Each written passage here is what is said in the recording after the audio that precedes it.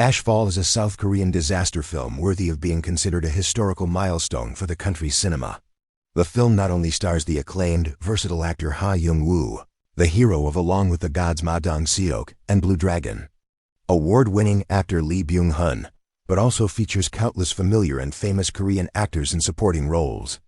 A blockbuster of this scale did not disappoint audiences, winning numerous awards in Korea upon its release and topping the charts for over a year, leaving countless movie fans in awe and calling it a miracle. The male protagonist, Jo In-chang, is a special forces soldier about to be discharged. Today, after completing his final mission, he was planning to visit his pregnant wife, Choi Ji-young, at her prenatal checkup. Suddenly, he receives a call from Ji-young. While on the phone, In-chang is still lost in the joy of becoming a father. But just as they hang up, a dog in the car next to him starts barking incessantly at the sky. At that moment, a large screen nearby is broadcasting news that North Korea and the U.S. have reached an agreement on denuclearization and are preparing to transfer nuclear warheads to the U.S. for safekeeping. But just a few sentences into the report, a massive earthquake strikes on screen. This sight terrifies the people watching the monitor. What's even more shocking is that the cultural center in the live broadcast collapses, and the feed cuts out. Simultaneously, everyone's phone blares with an emergency alert. In-chang looks at his phone and sees a notification about a 7.8 magnitude earthquake. Before he can react, the fire sprinkler pipes behind him burst, and the exterior walls of the building crumble. Seeing this, In-chang knows something is terribly wrong. Thinking of his wife still at the hospital, he immediately drives his car into the oncoming lane, speeding down the road. Fortunately, despite the constant danger, In-chang manages to avoid every obstacle. However, even after dodging all the hazards, his car is completely wrecked.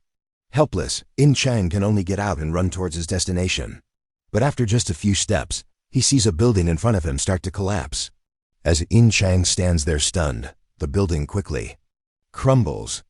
Terrified, In-chang flees for his life. As the event escalates, news spreads like wildfire. Many newspapers and television stations report on the incident, attributing the earthquake to the eruption of a volcano on the Korean Peninsula.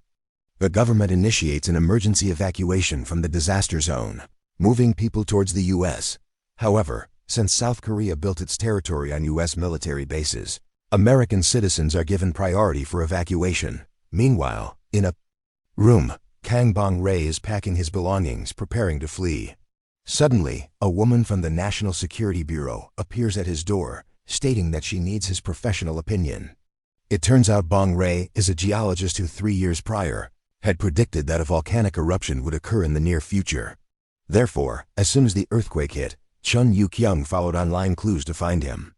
They hadn't sought Bong-rae's help before because no one believed his theories. Now feeling slighted, Bong-rae is unwilling to help Yu-kyung.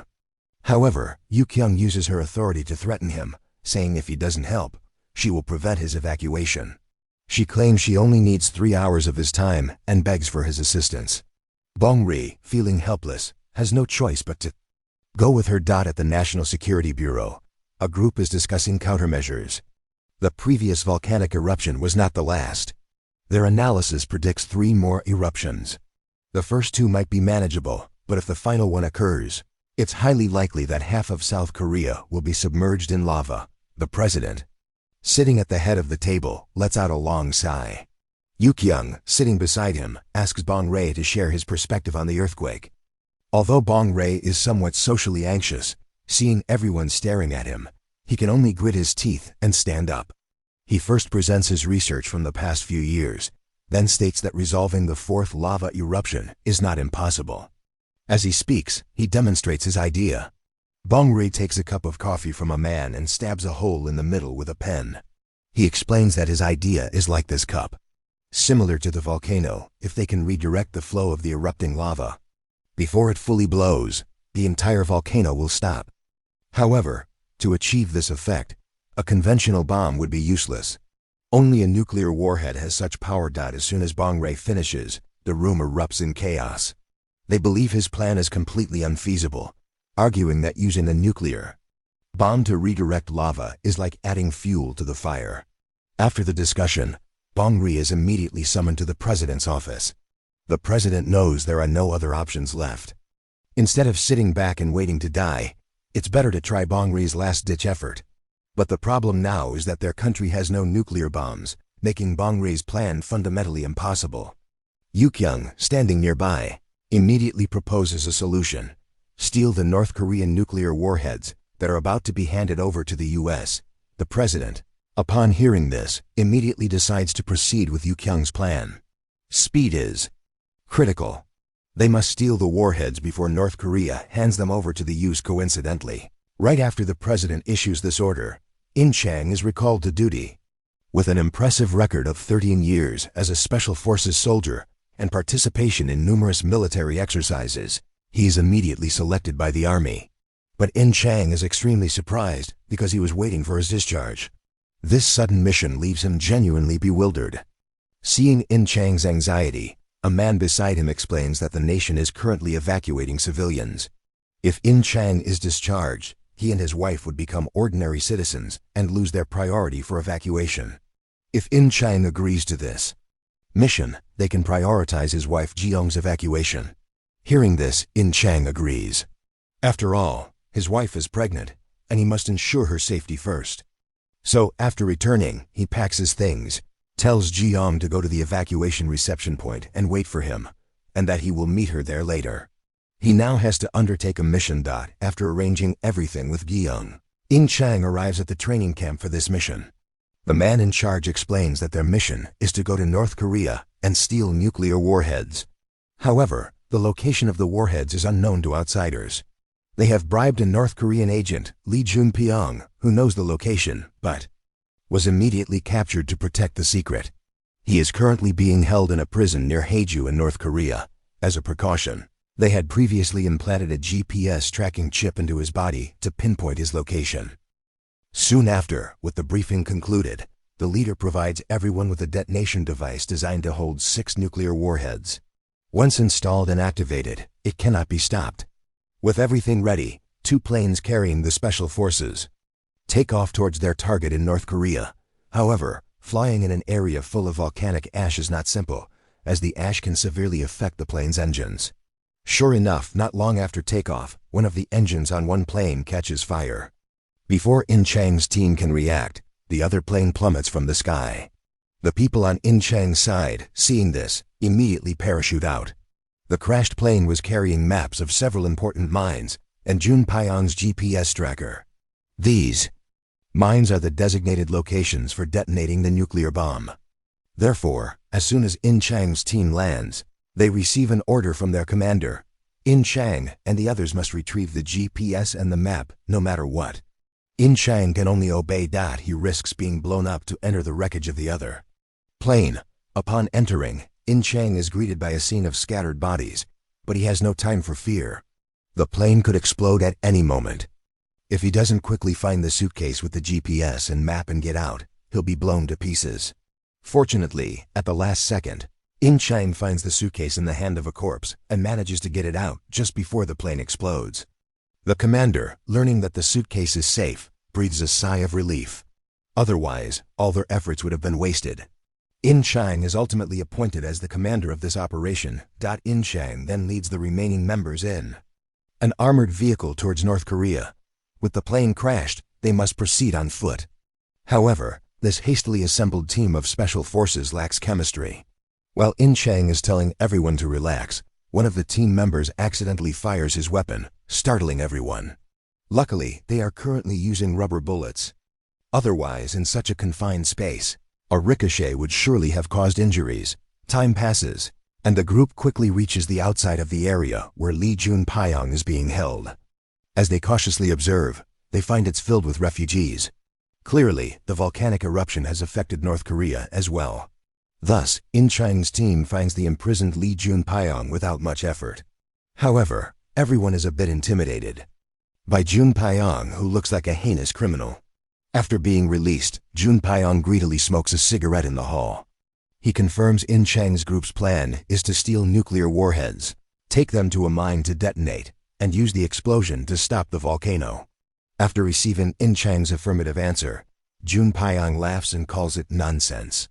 Who do you think you are? The science ninja team Gatchaman? Is your name Ken the Eagle? In Chang tells Jun Pyong not to be like that. They are just following orders. All he needs to do is tell them the location of the warheads. But how could Jun Pyong tell him so easily? This information is now his get-out-of-jail-free card. He says he wants to take a shower first. In Chang, not thinking much of it, removes Jun Pyong's handcuffs, and they head to the bathroom. After entering the bathroom, Jun Pyong first uses scissors to cut his messy hair. In an instant, he transforms from a scruffy beggar into a handsome, charismatic man.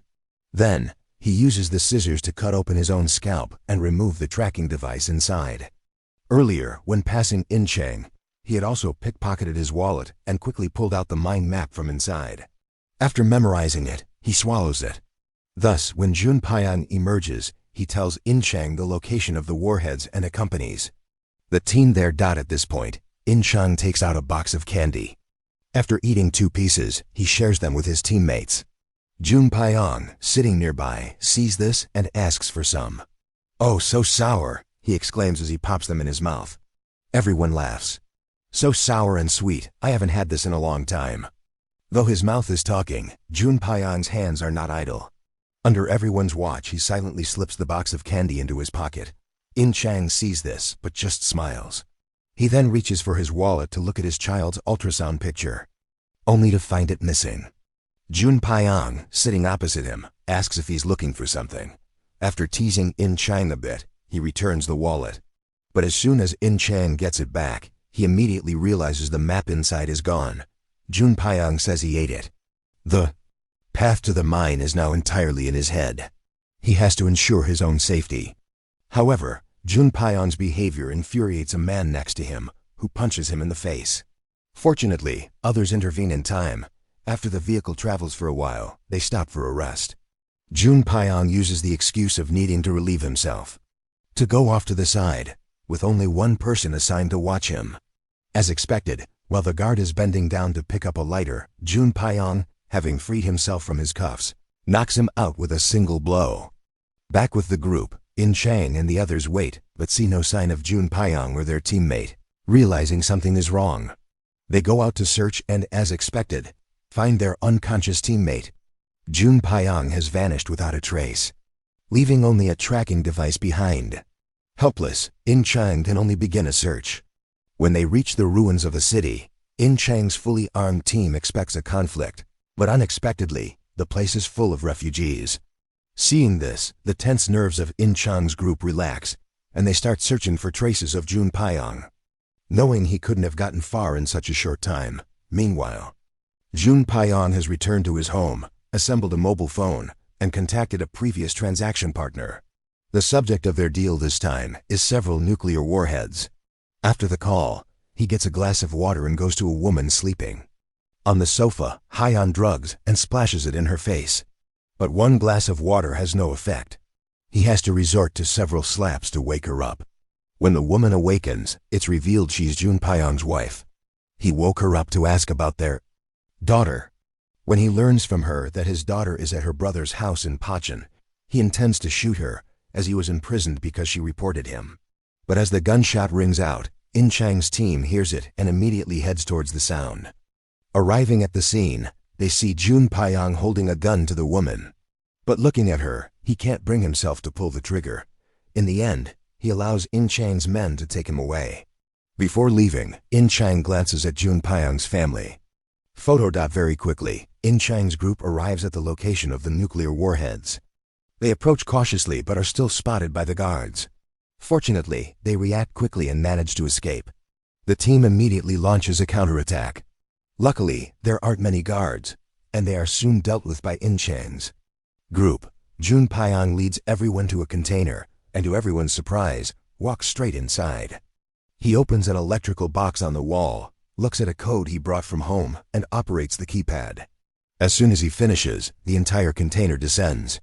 Below is the storage for 6 intercontinental ballistic missiles. In Chang's team is stunned. They immediately handcuff Jun Pyong to the side and put on anti-radiation suits to dismantle the missiles, taking the warheads from inside and placing them in the detonation device.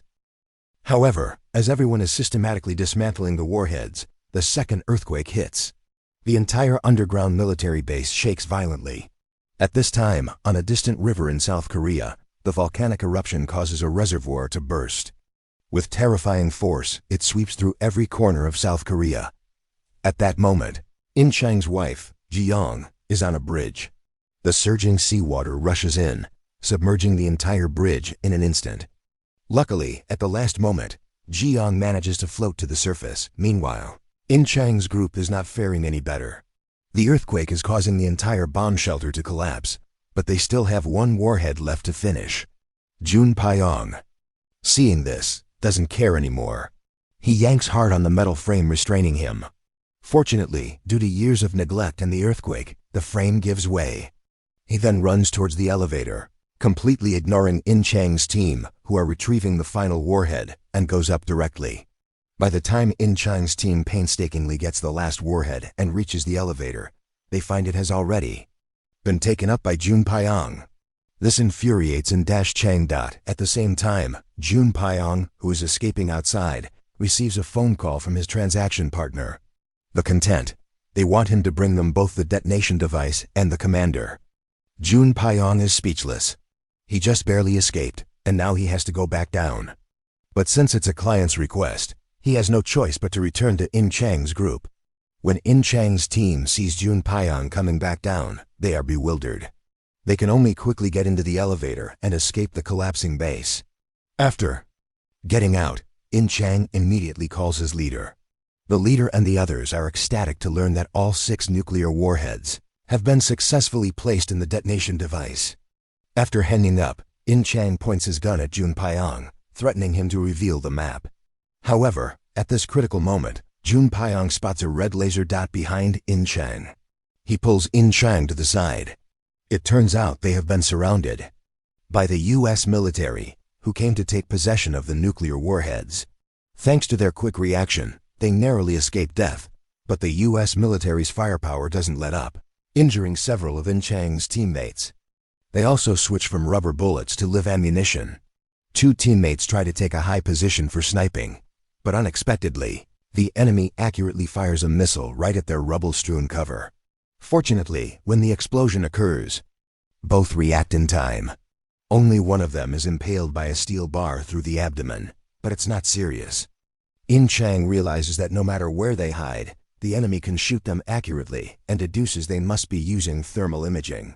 He immediately punctures the fuel tank of a car and drives it forward, having his teammates shoot at the tank.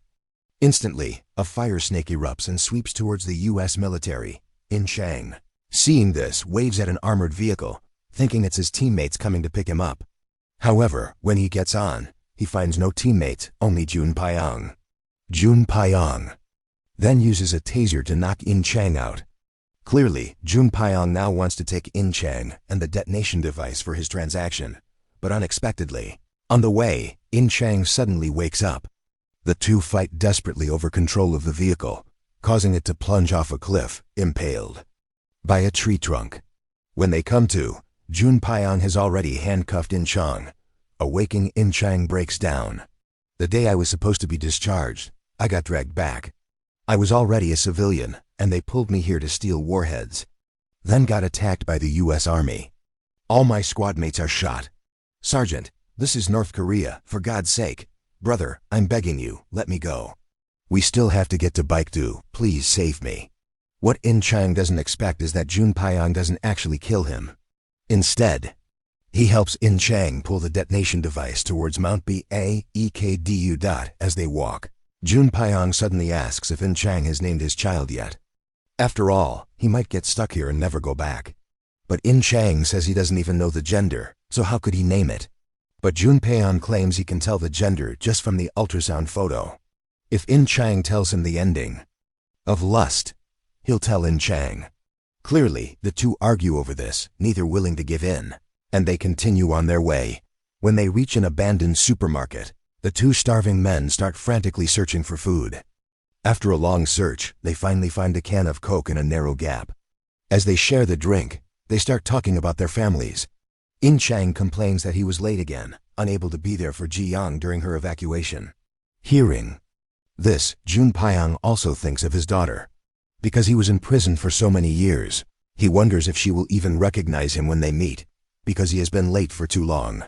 However, as both men are reminiscing about their families, Jun Pyong suddenly covers In Chang's mouth. It turns out the U.S. military has found them again. The reason is simple. In Chang had swallowed the tracking device that was on Jun Pyong. So the enemy was able to track them here. Facing the encirclement of the U.S. military, the two can only surrender with their hands up. But unexpectedly, at this moment, In Chang's surviving teammates drive a bus in, taking out several U.S. soldiers. With gunfire, then picking up the two and driving off. The two sides engage in a chase outside. Fortunately, Jun Pyong is a crack shot and successfully eliminates a group of U.S. soldiers. However, as soon as they stop the bus, Jun Pyong points his gun at In Chang, threatening him to immediately vomit up the tracking device. But how? Could In Chang do as he wishes? The two are in a standoff for the entire drive to the mine, but when they reach a fork in the road, the vehicle stops. One road leads to the mine, the other to Pochin. At this moment, In Chang suddenly lowers his gun. He admits he doesn't believe a nuclear bomb can stop a volcanic eruption either. He was just following orders, so he gives up. The final eruption is about to happen, and at that point, no one can escape. He tells Jun Pyong to take the detonation device with the warheads. He doesn't want to deal with it anymore. But what In Chang doesn't expect is that Jun Pyong doesn't want to take the device either.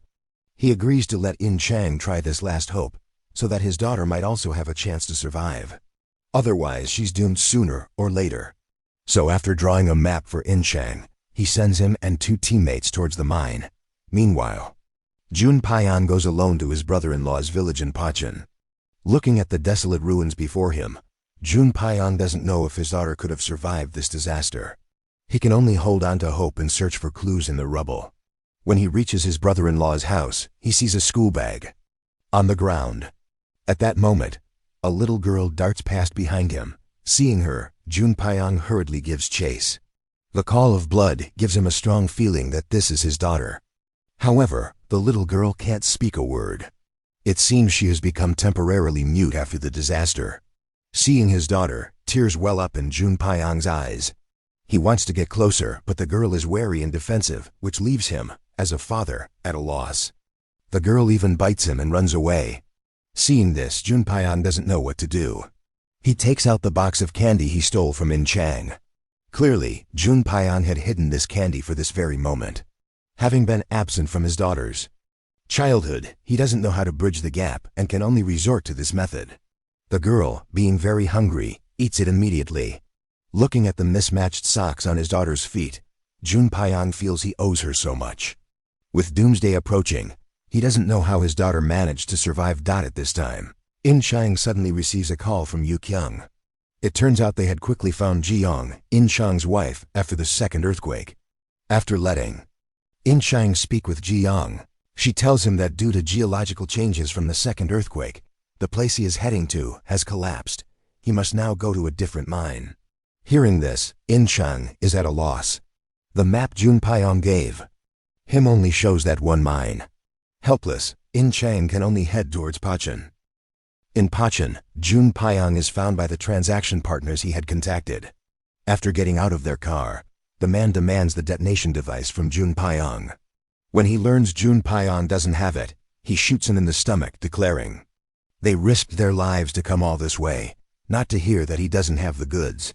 But Jun Pyong, acting submissively, tells them the truth that Mount Baekdu is about to erupt, trying to appeal to any remaining humanity in the man. But he was thinking too much. The man is about to finish him off with another shot, but at this critical moment, he is ambushed by the U.S. military hiding nearby. Of course, the U.S. military is also here to capture In Chang's group.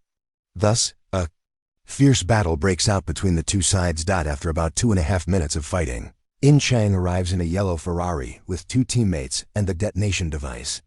But as soon as he stops, the man next to him aims his gun at In Chang. In Chang can only hold up a piece of white cloth, signaling the man not to shoot.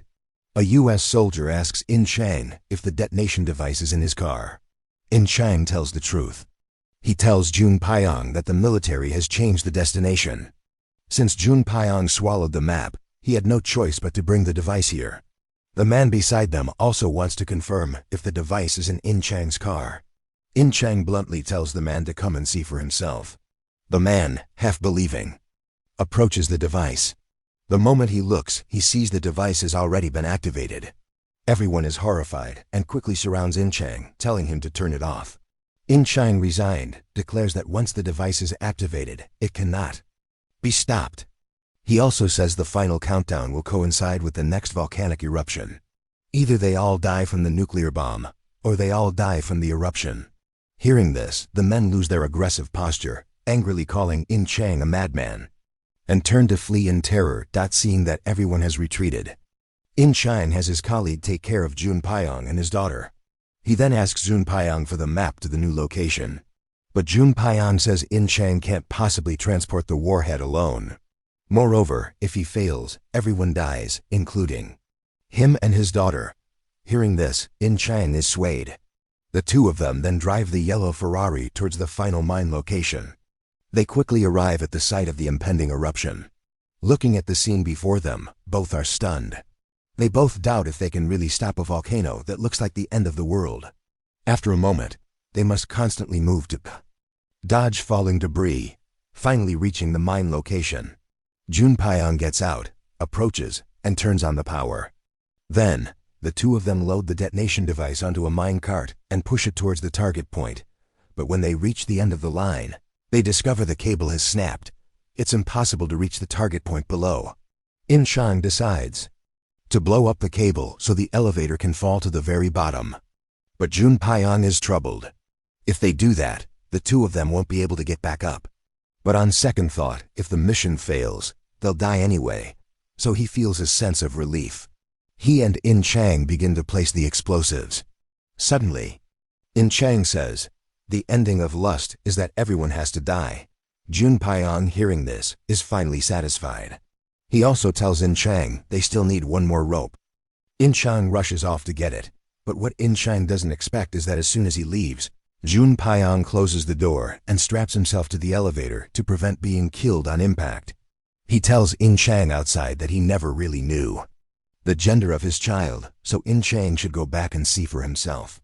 Hearing this, In Chang is devastated and desperately tries to pull Jun Pyong out, but finds he can't open the door. Jun Pyong then makes his request. In Chang must survive. He doesn't trust anyone else with his daughter and only hopes In Chang can help raise her. This is his final wish.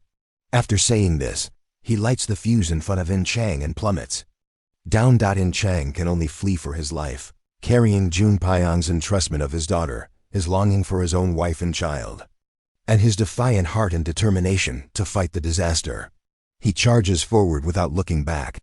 At the bottom, Jun Pyong, having taken protective measures, is unharmed.